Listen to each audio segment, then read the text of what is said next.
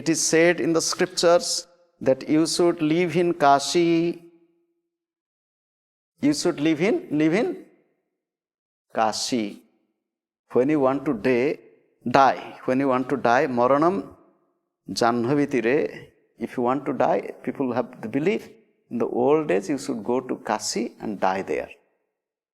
Where is Kashi? Where is Kashi? Varanasi. Varanasi is Kashi. Why Varanasi is Kashi?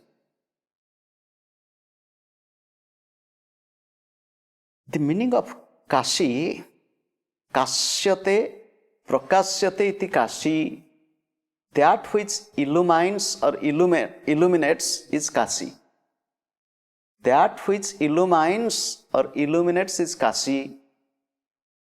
Kashika, Kashika means Guru. So go to Kashi and live with Kashika. Go into this place and live with Guru inside. Then that is your Kashivasa. And here it is said Vishoka. Your all sorrows disappear. Which sorrow? Tell me. Because you have detached yourself from the world. You are meditating. Which sorrow you have now? Tell me. There is one sorrow, and that sorrow is a continuous one, although we don't know that is the cause of our misery. It is Ishta Viyogajam Dukkham.